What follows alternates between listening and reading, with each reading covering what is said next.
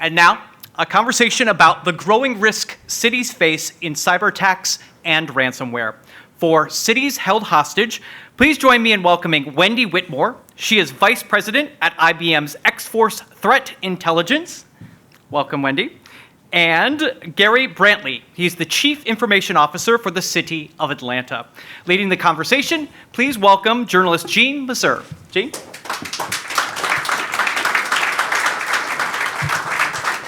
Thank you all for being here, and thank you for being here. Wendi, I think they should make a movie about you. IBM X-Force Threat Intelligence. Does it sound like a superhero thing? Absolutely. Gary, I want to start with you because what we're talking about here is essentially digital extortion. We're talking about hackers who get into city systems, hold their data hostage until a ransom is paid. Some people pay the ransom, some people don't. Atlanta opted not to. Tell us what happened in Atlanta, the Cliff Notes version. Yeah, so I don't have a cool title, like Wendi, so but you're a cool guy, so that. I tried to get the socks to situate that, but just a little bit about what happened with the city of Atlanta. Of course, no one wants to get that call.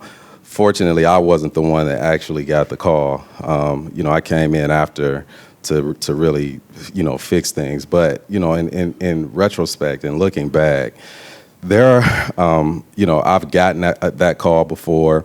And so it's a really hard thing to explain to an entire organization that really hasn't had a lot of practice from a cyber attack. And so, the first thing people want to say is that they want to look at you and they want to say it's incompetence in the IT department, really negating the fact that this is a crime, period, point blank. And so, that's the first thing that needs to be established. But you also have to have a leadership like we have with Mayor Keisha Lance Bottoms, who said, I'm not going to pay. I'm not going to pay a dime. What was the impact on city services? It was a huge impact. You lose the ability to work efficiently across the board. And I said this last week. It didn't remove you from your obligation, which is if you got a ticket, you had to pay the ticket. So revenue, from the standpoint of revenue, you didn't really lose that much. If you had court costs, fines, or whatever, you still had to pay that. But I think the biggest piece is you really lose your ability from an operational efficiency standpoint. Why did Atlanta decide not to pay the ransom? I think, number one is best practice, but number two, I don't think our city and our mayor agreed with paying criminals. But how much did it cost you to get the systems back online? It was a lot more than the ransom would have been. It was a lot more, but what we have to realize is that there are things that you have to have in place to really build your security posture. And so what we decided to do was focus on the things that we needed going forward from a system perspective, than to spend money to pay a criminal who had keys and didn't know if there was a back door in place or, all of those different. So we focused on future state. And we'll get to that. But Yep. Wendi, was this the right thing to do? To say, no, we're not going to pay? Yeah, I actually love hearing Gary's response here. So a little bit about my background, right? I've been responding to data breaches for almost 2 decades, many of them being the biggest breaches we've seen in the world. And there's this interesting thing about ransomware that people have this perception it might be different. And that's often because the victim feels like, well, maybe I have a choice in response, right? Maybe I have the ability to pay the ransom, and then ultimately I don't need to actually deal with the root of the security problem. And the reality is that's such a common misperception because if you do choose to pay the ransom, that's kind of part one of a very long, lengthy, multi-part step, right? And you ultimately still have to pay, have to actually secure the environment, right? So to close the gaps that allowed it to occur. A second time or a third time. Well, or someone else does in the future, right? But ultimately, there's no way to get around the reality that you've got to fix the situation and fix the problem, close the security gaps that occurred, right, to enable that ransomware attack to occur in the first place. Why are cities such attractive targets? Yeah, I mean, I'm sure Gary could answer that at length, right? Right, but when we look at, there's so many factors of it that create this really large attack surface with cities, and that's because the distributed nature of their environment. You have a police department, a fire department, a financial controller's office, oftentimes all on separate networks, separate technologies, operating systems. Very hard to have the right visibility into defending and detecting the attacks. And then you have ultimately the lack of funding, right, that goes to cities. So a unique stat is over 50% of states in the U.S. don't even have a cybersecurity line item in their budget, and that certainly trickles down to cities. So you've got this whole skills gap within the industry where we have over 1 million job shortage today, and then ultimately training, attracting and then retaining that talent once they've got experience is extremely hard to do in such a competitive market. What do you think there? I agree with everything that she said. When you look at the conflicting interests across the board, the limited amount of funds that are available, it's not until something happens like this that everybody really gets serious about what that priority should be.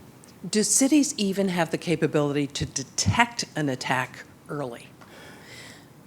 Yeah, some do. So let me answer that. At least for the city, right, of Atlanta, right? Yes. Absolutely. Now or then?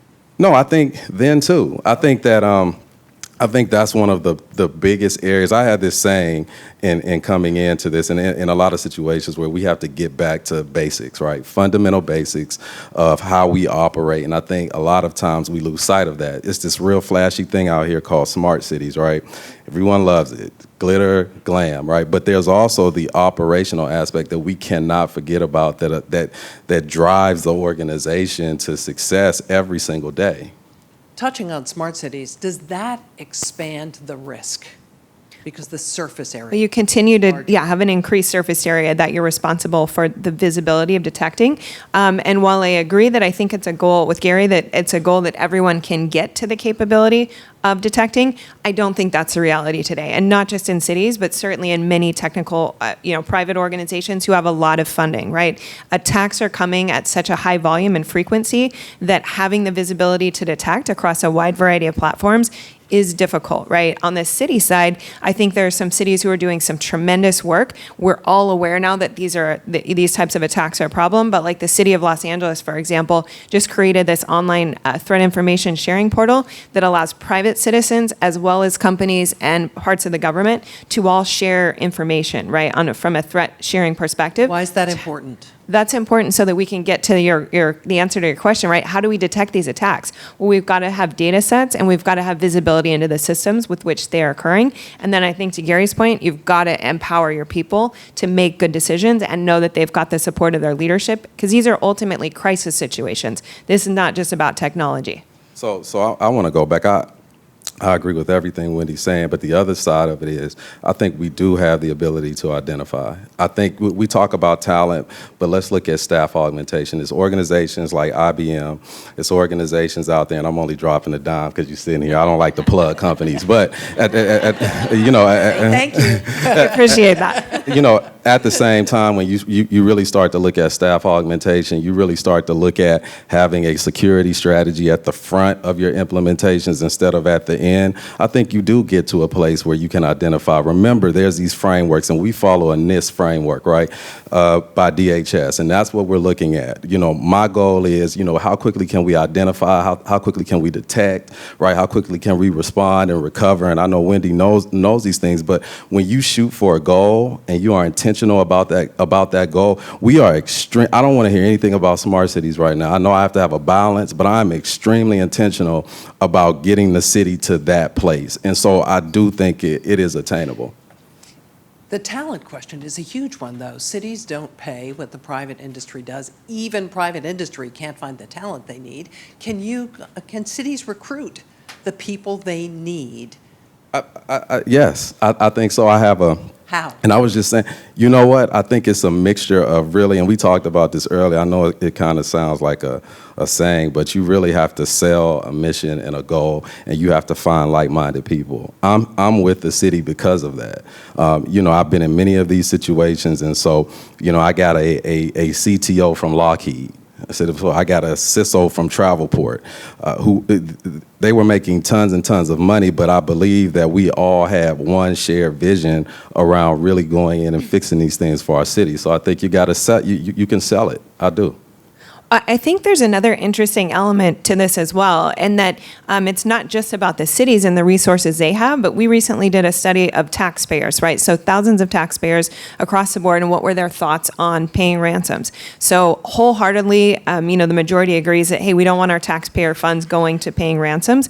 But one thing that came about was, hey, we have federal government support for other types of crisis situations, natural emergencies. You have FEMA coming in to support. Why do we not potentially have a force that cities could also leverage from the federal government that may be a specialty force that supplements, right? And also kind of a group of responders like the police, like firemen, who go out and actually respond to crisis situations. I think that there's going to be, some movement towards that in the future. And I think that in particular, these attacks are drawing enough attention that we may see some different actions there. Well, the Department of Homeland Security does have a cybersecurity infrastructure and security agency. Have they been useful to you? They've been very useful, but I also think that we're forgetting the one thing. We're not here to necessarily stop the attacks. We're here to be prepared, and I prepare for the inevitable. And so I look at these things as almost in the same way I look at natural disasters. And one of the things, I spent a lot of time in a school system, and one of the things that I was really impressed with was when there's a disaster situation, those kids know exactly what to do. You want to know why? Because they develop muscle memory, and it's the same thing around the Army and those tactical fights, right? You have to prepare, and you have to keep going and rehearsing. Oh, you don't want to look at your playbook on day one. So it's less about the attack for me and more about your ability to respond when it happens. Isn't part of it, you talk about the need for education and preparedness. A lot of these attacks occur for really simple reasons. Employees click on an email and open a phishing email and introduce the ransomware into the system, right? That is one way, yes. Well, so we've been hearing about that for a dozen years. Why is that still happening? Are cities not paying attention to the need to educate everybody up and down the food chain to the danger of this? Yeah, Jeanne, the reality is that happens in organizations across the board. So opening what we would call a spear phishing email is over 60% of the primary attack vector in every type of attack that occurs, right? So getting to how do we defend against it, it's exactly what Gary said. We expect that it's going to happen because even if I'm a financial services industry and I have 10,000 people on my security team, some employee is still going to open one of those emails. So what can you do to be effective about these attacks? First and foremost is you actually train and you prepare for them. You understand and develop the capability to know, how do I get a hold of my employees in the event my systems go offline?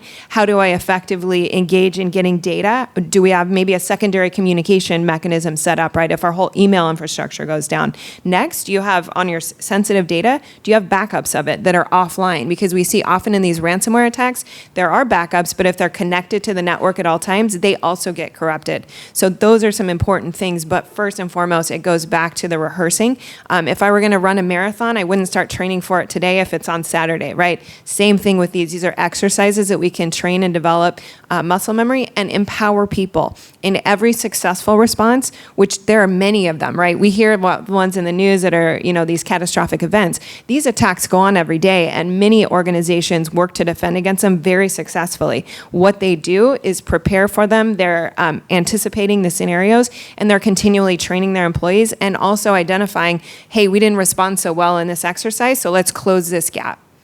Do you have any other thoughts on what cities can do? No, I agree. I think, your preparation for these things, of course, you want to be able to identify them quickly. You don't want bad actors in your system for over a year deleting all your stuff. But one key thing, and the city of Atlanta has been working on this, since I arrived, which is business continuity and disaster recovery, right?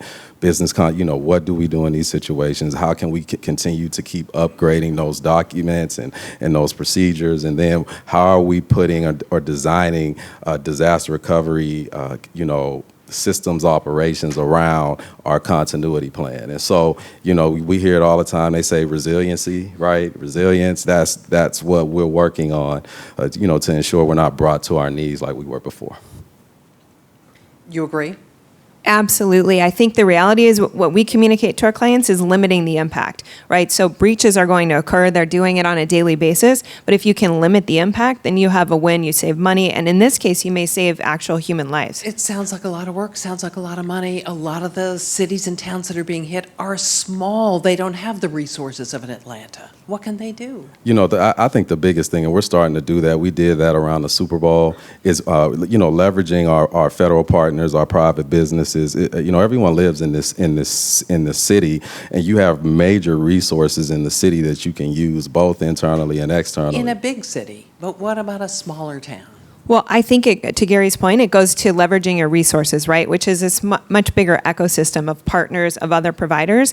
One thing we're doing is offering free training in we have in Boston a really state-of-the-art facility where you can do cyber simulations, right? So we train a lot of paid clients. We're also offering that training free to cities, specific to actual ransomware attacks, right? So can we run through, have you go through this type of event? You understand what are going to be the different steps that you would need to be prepared for to do it. And I think the industry is really looking to develop more of those offerings so that we can help organizations prevent these problems. And let's go back to small cities too. I believe they have a lot of, there's a lot of resources that they can leverage, including bigger cities. The one thing I will say is bad actors are a lot more organized than city individuals and those on the other side. And you also have to remember the talent on that side is extremely, it's great. And so we have a bigger issue that we have to look at, but, from being able to leverage businesses and also other cities and, we need to get stronger from a collaborative perspective on that. Why not just buy insurance? The insurance companies will pay the big part of the bill, won't they? If they need to pay ransom? They pay, but at the end of the day, they're getting smarter as well too. So they want to see, and we're going through a renewal right now. They want to see that you have certain things in place, and day by day, they want more control. They want more insight, and in some cases, control of what you're doing from a cybersecurity standpoint. Okay, so they're actually a lever for change in this instance. Absolutely, you want that there. I think I think they're a lot smarter than they've been the last few years, and so you're going to see that industry change as well. How much do you tell the public in a situation like that? How much should the public know? For instance, if your public safety systems are down, do you let people know that or not? I think you do. Yeah, I think you have to. I think awareness is key. I think there are certain things as it relates to your infrastructure. And of course, there are rules around data privacy, so you have to make sure you follow those as well. But I think being as transparent as possible in these situations is what I would feel that is the thing that we should. Did Atlanta do that? Did Atlanta spell out to the citizens of the city what was going on and how services were impacted? That they couldn't get Wi-Fi at the airport? No, but we could get Wi-Fi at the airport. The airport was fine. All right, I just want to let you know that. They shut down Wi-Fi for a while, didn't they? Not because of that, no. But no, the airport was great. The most efficient airport in the world. But anyway. That would get people more upset than any other city service going down. That is correct, but no, I think you're, to your question, I think you become extremely transparent in these situations. As much as you can tell without jeopardizing, public safety, I think is something that you should really look at. So I agree. Transparency is absolutely key, especially when you're talking to citizens, right? The challenge, though, and I think the challenge that Atlanta had particularly was that oftentimes, these statements need to be pretty well crafted, right? So you're sharing information, but you're not sharing so much before you have the answers. Because oftentimes when we're doing these investigations, bits and pieces of the information, more comes out by the hour over the course of days. And so we really work to train our clients that, hey, we're only going to provide what we know. You don't want to provide so much that it's misinformation that you then have to go back later, correct information that was provided. And then I think on the city side, when you're dealing with consumers and taxpayers, you have to be very cautious about not inciting fear, right? So one of the press conferences it's been, kind of largely played was, check all your bank accounts, right, from the city of Atlanta, and some other things that occurred that weren't really, the reality was the private taxpayers' information wasn't being stolen in that, in that compromise, and then there wasn't kind of the need to go back afterwards and scare the public more. So that's something that I think we do continued education on, right? Continued, how do we communicate? And those are all things that we can train for and prepare in advance of an attack so that we're not caught off guard. That's the worst time to do that. No, I agree. And you also have to remember the things that you're saying are also being heard by those who may not have so good intentions as it relates to even your recovery efforts. So you have to be extremely mindful, and having a great communications team, staff, and lawyers are key to allowing individuals like me to put their head down and really focus on the areas that we need to from a security perspective. We're going to be taking your questions in just a moment. There are a couple of microphones that will get to you, so be thinking what you want to ask. Let me ask, have we been lucky in a way? As far as I know, none of these attacks have resulted in a loss of life, have they? Not to my knowledge. So we have had things like 911 dispatch, police dispatch systems be impacted. So that's something that we're really critically concerned about with these type of attacks, is making sure that the actual human element of it is something that we can prepare for in advance. And yes, we have been. I really believe we have been lucky. In some cases, luck plays a big part in this. I hear people say we haven't been attacked, and they kind of attribute it to their security posture. But in some cases, you've just been lucky, and in some cases, you just were better than the bad. So, always, luck has played, in my opinion, a piece to this, and so we have to continue to as we move forward, to really collaborate and hone in on things we need to do as best practices. How worried are you about election interference? Elections are run at the state and local level. I'm very worried, and I think that those individuals who are in my job who have to, service these types of things are extremely worried, and so it's just something that we have to really keep our eye on.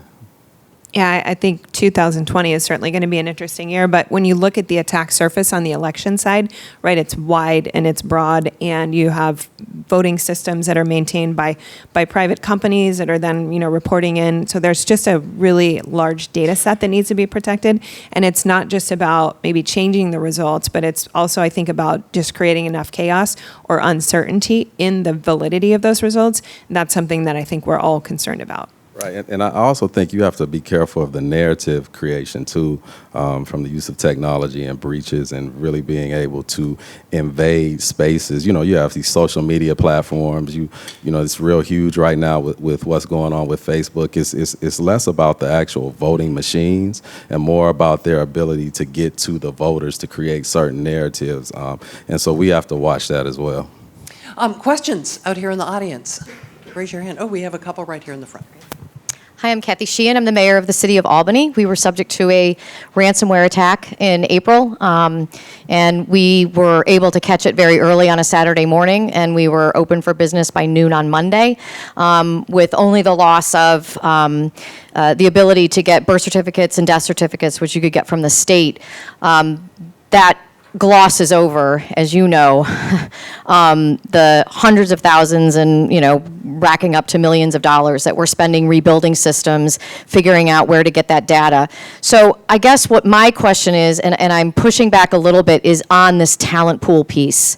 Were it not for our partners in state government, and we're the state capital, being able to literally send bodies over to check PCs that have been compromised and to really work closely with our staff, I don't know how we would have gotten out of it. And that is my biggest concern as I look at building a team that is going to be able to be ready for the inevitable of that next attack, and having that skill set.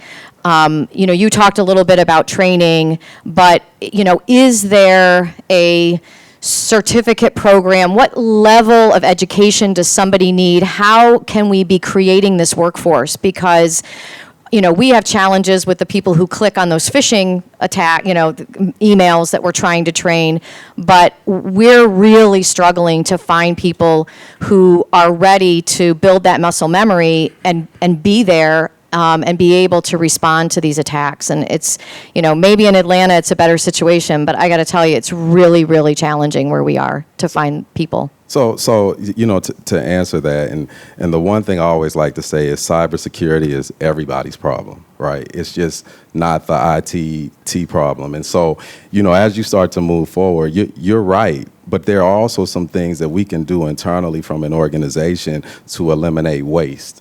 Some of the things that I find when you really start to dig into IT organizations, especially in government, is you find a lot of people who are there who maybe shouldn't be.